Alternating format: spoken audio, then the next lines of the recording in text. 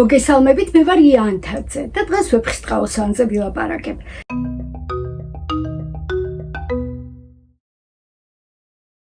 სანამ მთავარ სათქმაზე გადავალ, გთხოვთ რომ გამოიწეროთ ჩვენი ზღარბის არხი და შემოგვიერთდეთ აქ ამ პლატფორმაზე. პოდკასტის დღევანდელი ეპიზოდი ჩემთვის განსაკუთრებულია, იმიტომ რომ აქამდე ვლაპარაკობდი იმის შესახებ, რაც მგონია რომ კარგად მესმის ვეფხისტყაოსანთან დაკავშირებით და დღეს ვაპირებ იმაზე ვილაპარაკო, რაც ნამდვილად არ მესმის. სიამოვნებით მოვისმენდი, ან წავიკითხავდი სხვა ადამიანების მოსაზრებას, პასუხებს იმ კითხვებთან დაკავშირებით, რომლებსაც მე დღეს დავსვამ, მაგრამ ერთი მხრივ მგონია რომ ვეფხისტყაოსანში კიდევ ბევრი საკითხი არის საკვლევი და აი ამ ჩემს კითხვებზე პასუხებიც ალბათ გარკვეული კვლევის შემდეგ არის მოსაძიებელი, თუ არა და აგერ არის კომენტარების ველი და დიდი სიამოვნებით წავიკითხავ თქვენს პასუხებს იმ კითხვებზე, რომლებსაც მე დღეს დავსვამ. და კიდევ ერთი ჩემთვის მნიშვნელოვანი ამბავი, რა კი დღეს იმაზე ვლაპარაკობ, რაც არ მესმის, ეს ნიშნავს, რომ ვეფხისტყაოსნის პოდკასტი ამ ფორმატით დასასრულს უახლოვდება. დღეს ბოლოს წინა გადაცემა, შემდეგ ხუთშაბათს შევაჯამებ ჩემთვის მთავარ თემებს და ამ ეტაპზე ამით დაგემშვიდობებით. მაგრამ დღეს მანამდე მინდა რომ ისევ დაუბრუნდეთ პოემის პერსონაჟებს და იმით დავიწყებ, რომ ვისაც ვეფხისტყაოსანი ერთხელ მაინც წაუკითხავს, ალბათ ემახსოვრება, რომ პოემის ზოგიერთი პერსონაჟი სახელდებულია, სახელით არის წარმოდგენილი, ხოლო ზოგიერთი პერსონაჟი სახელის გარეშეა დატოვებული. რა კი პერსონაჟი არსებობს, ეს თავისთავად ნიშნავს, რომ ეს პერსონაჟი რაღაც სახით, ან სახელით, ან უსახელოდ, ან პირდაპირ, ან ირიბად წარდგენილი არის მკითხველის წინაშე, მაგრამ პირადად მე არ მესმის, რა პრინციპით ანიჭებს ავტორი გმირების ნაწილს სახელს და რა პრინციპით ტოვებს გმირების ნაწილს სახელის გარეშე. პოემაში გვხვდებიან პერსონაჟები, რომლებიც არიან სახელდებულები და მოქმედებენ და უმრავლესობა რა თქმა უნდა ასეთია. არიან პერსონაჟები, რომლებიც მოქმედებენ, მაგრამ მათ სახელი არ ქვიათ და არიან პერსონაჟები, რომლებსაც სახელი ქვიათ, მაგრამ საერთოდ არ ჩანან და რასაკვირველია არც მოქმედებენ. ვეფხისტყაოსანი რა თქმა უნდა არ ცნობს იმ პრიმიტიულ ლოგიკას, რომ აი მთავარი პერსონაჟები არიან სახელდებულები და მეორე ხარისხოვანი შემთხვევითი პერსონაჟები სახელის გარეშე არიან დატოვებულები. არა, ასე ნამდვილად არ ხდება, მაგრამ ერთი კანონზომიერება არსებობს. სახელდებული გმირები იერარქიის უმაღლეს ან მაღალ საფეხურს წარმოადგენენ და არც ერთი პერსონაჟი, რომელიც აი დაბალ ფენას წარმოადგენს, სახელით ვეფხისტყაოსანში მოხსენებული არ არის. ეს კანონზომიერება დაცულია.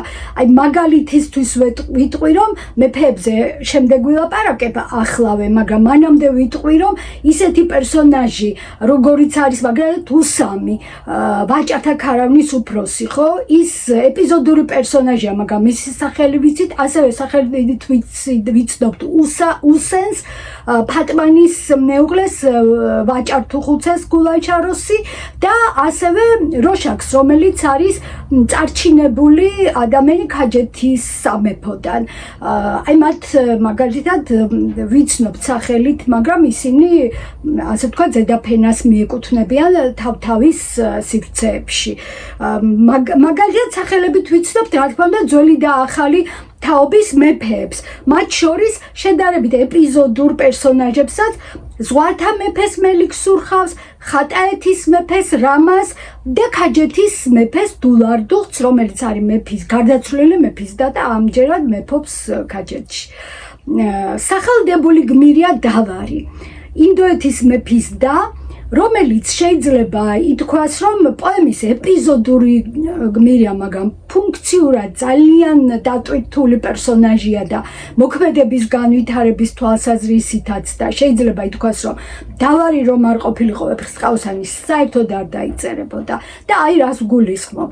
ინდოეთის მეფის ასული, ანუ ფარსადანის და არის გათხოვილი ქაჯეთში, რაც მიანიშნებს იმაზე, რომ ინდოეთში რაღაც პრობლემაა, იმიტომ რომ არ შეიძლება ინდოეთის მეფის ამ დიდებული ქვეყნის შვილი ქაჯეთში იყოს გათხოვილი. შემდეგ არის დაქვრივებული და უკან დაბრუნებული, ზდის ნესტანს, თავისი ძმის ერთადერთ შვილს, შემდეგ გაბრაზდება მასზე და ხელით შეეხება და გალანძღავს და ჩასვამს კიდობანში და ორ ზანგმონას გაატანს ზღვის ჭიბში დასაკავად და ბოლოს ერთადერთი პერსონაჟია, რომელიც თავს იკლავს ვეფხისტყაოსანში. ხო, ესე იგი ეს არის ეპიზოდური გმირი, მაგრამ ძალიან მნიშვნელოვანი. მეორე მხრივ ახლა გავიხსენოთ მეფე რამაზი, ხატაეთის მეფე, რომლის ერთადერთი ფუნქცია ვეფხისტყაოსანში ის არის, რომ სულ ებრძვის ინდოეთს. ახლა ეს რას ნიშნავს? როცა ინდოეთი ძლიერია, რამაზი ცდილობს, რომ ხატაეთი მისგან დაიცვას, როდესაც ინდოეთი სუსტია, რამაზი ცდილობს, რომ დაიპყროს ის და სინამდვილეში ბოლოს ხატაელები ინდოელებთან სულ ყოველთვის აგებენ ამ ომებს და რამაზი სულ მარცხდება, მაგრამ ყოველთვის შეწყნარებულია და ფაქტობრივად ამ ადამიანის ერთადერთი ფუნქცია ვეფხისტყაოსანში ის არის, რომ სულ იბრძოლოს, სულ დამარცხდეს და მერე სულ შეიწყნარონ ხოლმე. სხვა ფუნქცია არ აქვს, თუმცა არაერთხელ ჩნდება ნაწარმოებში. შემდეგი უპასუხო კითხვები მიჩნდება როსტევანის ვაზირთან სოგრატთან დაკავშირებით.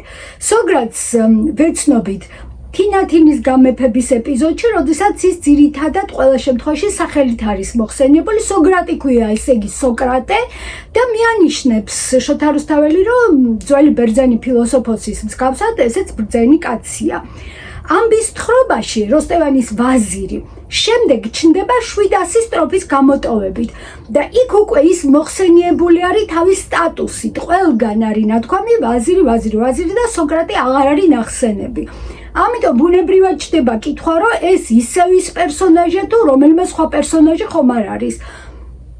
როგორც სპეციალისტები ფიქრობენ, ეს იგივე პერსონაჟია და მე მაქვს ორი მოსაზრება იმასთან დაკავშირებით, რატომ შეიძლება რომ ეს ორი პერსონაჟი გავაიგივოთ, მაგრამ ჯერ სანამ ამ ორ მოსაზრებას გეტყვით, იმას შეგახსენებთ, რომ შერმადინი ავთანდილის მეგობარი და მასთან ერთად გაზრდილი.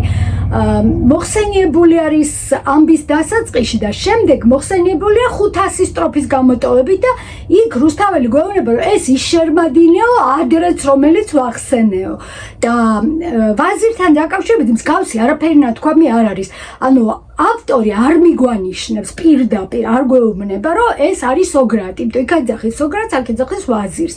მაგრამ აი რა არის ორი ნიშანი, რითიც ეს ორი პერსონაჟი გავს ერთმანეთს. პირველი ის არის, რომ ავთანდილი მას ეუბნება, შემდეგ უკვე როდესაც ავთანდილი დაბრუნდება გამოქვაბულიდან თავის სამშობლოში, შეხვდება ამ ვაზირს და ეუბნება, რომ შენ ხარო ის ადამიანი, რომლის გარეშეც მეფის სასახლეში არაფერი არ ხდებაო და შენ გისმენს მეფე და შენ გიჯერებსო და ამიტომ მინდა შენ დაგაბარო რა უნდა გადასცე მეფე როსტევანსო.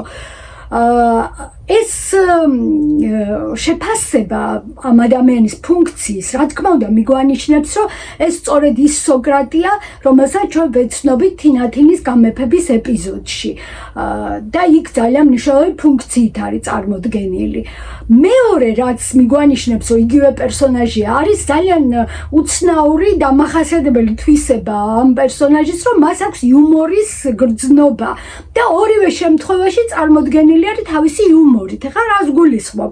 პირველ შემთხვევაში ის ეუბნება მეფეს, როდესაც თინათინის გამეფების ცერემონიალი დამთავრებულია და სუფრასთან სხედანა მეფე მოიწყენს, აი ავთანდილი და სოგრატი მივლენ მასთან და ეუბნება ცნობილ სტრიქონს, დაგიღრეჯია მეფეო, აღარ გიცინის პირიო და ეს არის იმიტომ ნათქვამი, რომ აი შენმა ქალიშვილმა მთელი შენი სიმდიდრე გასცა და რა თქმა უნდა კარქასიაძე ვერ იქნებიო და შემდეგ უკვე როდესაც ავთანდილი ელაპარაკება ვაზირს, აი ესეთი იუმორი არის, რომ ავთანდილი მას ეუბნება, რომ 100,000 წითელი შენ გთამად შეიწირეო, თუ კი მეფეს გადასცემ იმას, რასაც ახლა მე დაგაბარებო და ძალიან დაწვრილებით უხსნის ვაზირს თავის არგუმენტაციას, რატომ უნდა დაბრუნდეს უკან ტარიელთან.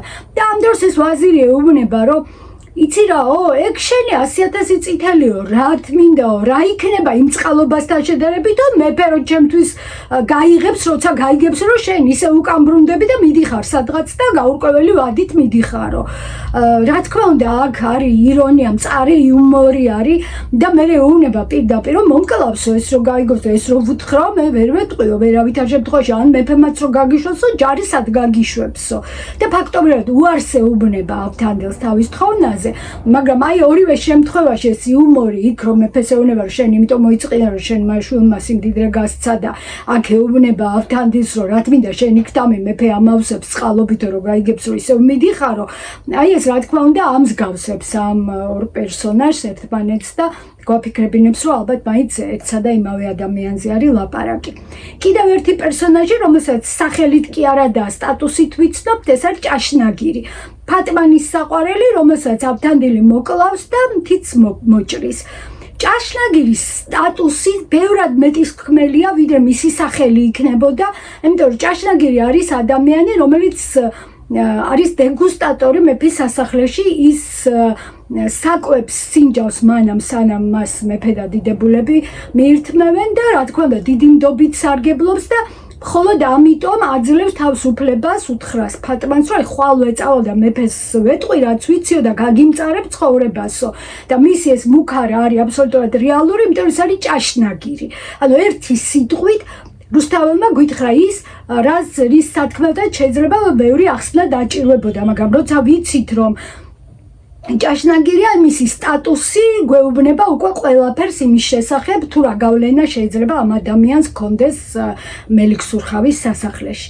შემდეგი პერსონაჟი რომელიც სტატუსით არის მოხსენიებული და ძალიან უცნაურად გამოიყურება ეს ამბავი ადრეც მithქვამს არის ინდოეთის დედოფალი ანუ ფარსადანის ცოლი ანუ ნესტანის დედა მისი სახელი არ ვიცით თუმცა ეს ადამიანი ინდოეთის შესახებ თხრობაში ამის დასაწყისშიც ხდება და ამის ბოლოშიც მაგრამ სახელის გარეშე არის დატოვებული.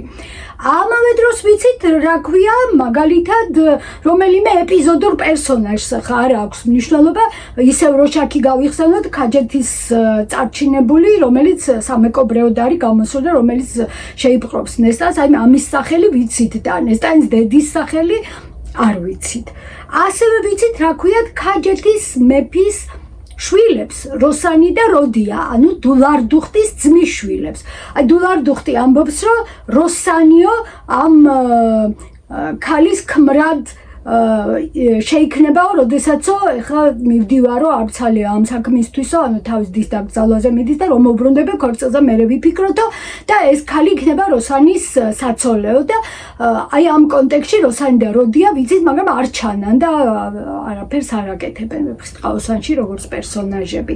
სამაგიეროდ არ ვიცით რა ქვია ორ სხვა უფლისწულს რომლებიც ასევე განწესებულები არიან ნესტანის საქმროებად.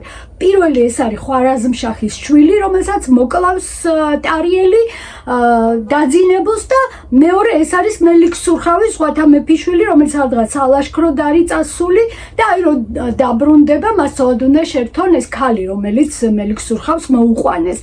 ხო და ამ ორი უფლისწულის სახელი არ ვიცი და როსანმა და როდიამ რით დაიმსახურეს რომ მაინდამაინც მათი სახელი არის ცნობილი და იმ ორი დაარჩენის არა ამაზე წარმოდგენა ნამდვილად არ მაქვს. რამდენიმე სიტყვა მინდა ვთქვა იმ ეპიზოდების შესახებ, როცა პოემის მთავარი გმირები ხვდებიან ერთმანეთს და ავტორი არ აღწერს რა შთაბეჭდილებას ტოვებენ ისინი ერთმანეთზე. მაგალითად, არაფერი არის ნათქვამი, რა შთაბეჭდილება დატოვა ნესტანმა ავთანდილზე. ეხლა ვიცით, რომ ავთანდილი იყო გადამწყვეტი მთელი იმ ამბის განმავლობაში, რაც ტარიელის თავს ხდება, იმის შემდეგ, რაც აი ეს უცხო მოყმე წყლის პირს მჯდარი ნახეს როსტევანმა და ავთანდილმა და ესე იგი 4 წელი გავიდა ამის შემდეგ, არა უფრო მეტიც და ფაქტობრივად 1 წელი ეძებდნენ სხვები, შემდეგ 3 წელი ეძებდა ავთანდილი, შემდეგ 1 წელი კიდევ დათქმული ქონდა და ტარიელისთვის რომ 1 წლის შემდეგ დავბრუნდებიო და აი ამ ხნის განმავლობაში ჩვენ ვიცით რომ რაღაც ამბავი ხდება და ამ ამბის მთავარი გმირი არის ავთანდილი, მაგრამ აი შეხვდება მეორე მთავარ და უმთავრეს გმირს და რართაბეჭდილებას ტოვებს მასზე, ეს არ არის აღწერილი.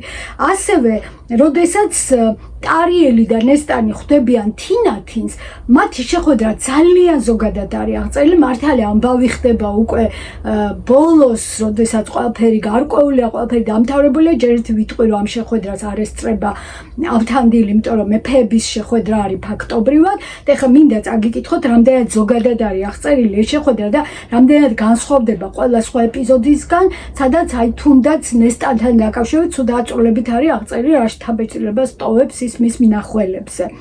შევიდეს ნახეს თინათინ მჭვრეთთა მიმცემი ჭირისა, სკიპტროსან გვირგვინოსან საშვენო და ცმა პორფირისა, მოსრულთა პირსა შეადგა ელვა მისისა პირისა, შევიდა მეფე ინდოთა, იგი მზე მსგავსი გმირისა. ტარიელ დაცოლმან მისმან ქალსამ დაბლად უსალამეს, მოეგებნეს აკოცეს და საუბარი დაამეს, იგი სახლი განანათლეს, არ ნათელი შეაღამეს, ბროლ ბადახში გააღაწვეს და გიშერი აწამწამეს. აი ესე ლამაზად, მაგრამ ძალიან ზოგადად არის ამ შეხვედრის ამბავი მოყოლილი. რა თქმა უნდა, გასაგები არის, რომ პოემის ბოლოს ვეფხისტყაოსნის ავტორი ცდილობს, რომ ამბავი შეკუმშოს უფრო და აღარ გადაღალოს მკითხველი იმით, რაც იცის უკვე, მაგრამ ეს ეპიზოდი მაინც ძალიან ზოგადად მეჩვენება და ჩემთვის რაღაც გარკვეულ კითხვებს აჩენს და ბოლომდე გასაგები არ არის, აი ესე ზოგადი აღწერით, რატო შემოიფარგლა ავტორი.